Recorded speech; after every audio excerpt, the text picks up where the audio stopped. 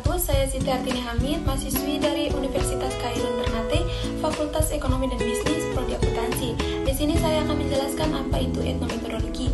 Langsung saja kita masuk pada poin yang pertama, yaitu pengertian dan definisi etnometodologi. Etnometodologi adalah pendekatan sosiologi yang mempelajari bagaimana manusia membuat dan menggunakan aturan atau prosedur dalam interaksi sosial mereka. Sehari-hari ini melibatkan analisis terhadap cara manusia menggunakan bahasa, simbol, dan tindakan sosial untuk menciptakan makna dan menjaga keteraturan dalam kehidupan sehari-hari.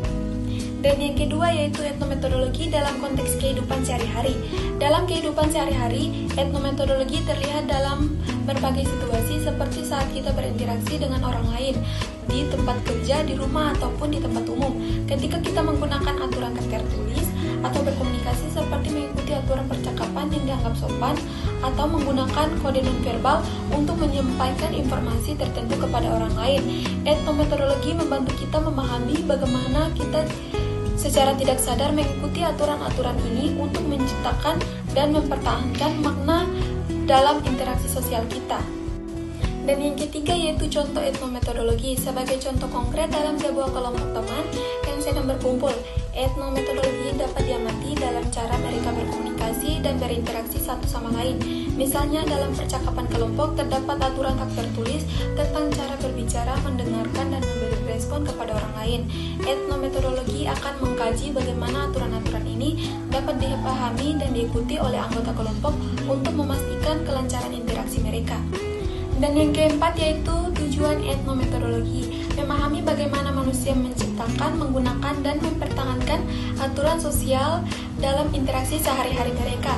Secara khusus, tujuan etnometodologi tentang mendapatkan pemahaman yang lebih dalam tentang aturan-aturan yang tak tertulis yang digunakan anggota masyarakat dalam interaksi sehari-hari mereka, mendeskripsikan praktik sosial secara detail dan akurat tanpa membuat generalisasi terlalu menyederhanakan, menganalisis interaksi sosial pada level mikro seperti percakapan sehari-hari untuk menggunakan bagaimana makna yang diciptakan dan dipertahankan dalam situasi-situasi tersebut.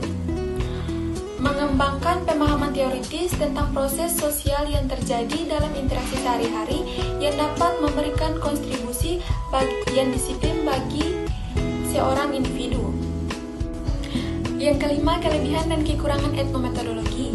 Berikut ada 2 kelebihan dan kekurangan dalam etnometodologi. Yang pertama, pemahaman mendalam tentang etnometodologi memberikan pemahaman yang lebih dalam tentang aturan-aturan tak tertulis yang digunakan dalam interaksi sosial sehari-hari, memungkinkan peneliti untuk melihat di balik apa yang disampaikan secara eksplisit. 2. Relevansi. Pendekatan ini memperhatikan konteks sosial yang sesungguhnya di mana interaksi terjadi sehingga mampu memberikan wawasan yang lebih kaya dan relevan tentang fenomena sosial. Kekurangannya yaitu 1. Keterbatasan generalisasi. Hasil dari studi etnometodologi cenderung spesifik untuk konteks situasi tertentu sehingga sulit untuk meneneralisasikan temuan tersebut ke sebagai konteks untuk populasi yang lebih luas. 2. Subjektif.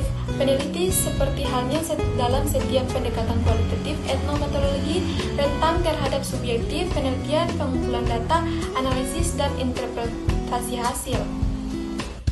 Dan yang keenam yaitu teknik pengumpulan data dalam etnometodologi. Sebagaimana metode yang bertujuan untuk mendapatkan pemahaman mendalam tentang bagaimana aturan-aturan sosial dijalankan dan dipertahankan dalam interaksi sehari-hari. Ada beberapa cara pengumpulan data yang umum digunakan dalam etnometodologi, meliputi 1. Observasi. Peneliti terlibat secara aktif dalam situasi sosial yang diamati, terlibat dalam interaksi dengan peserta, mencatat perilaku, percakapan, dan situasi yang terjadi. 2. Wawancara mendalam. Peneliti melakukan wawancara mendalam dengan peserta untuk memahami mereka tentang aturan-aturan sosial mereka yang diikuti dalam interaksi sehari-hari. Yang ketiga yaitu analisis dokumen. Peneliti menganalisis dokumen atau rekaman audio seperti transkrip percakapan atau pencatatan observasi untuk mendapatkan wawasan tambahan tentang praktik-praktik sosial yang diamati. Baik, terima kasih telah menonton video ini. Semoga bermanfaat bagi teman-teman semua dan jangan lupa like, komen, dan subscribe.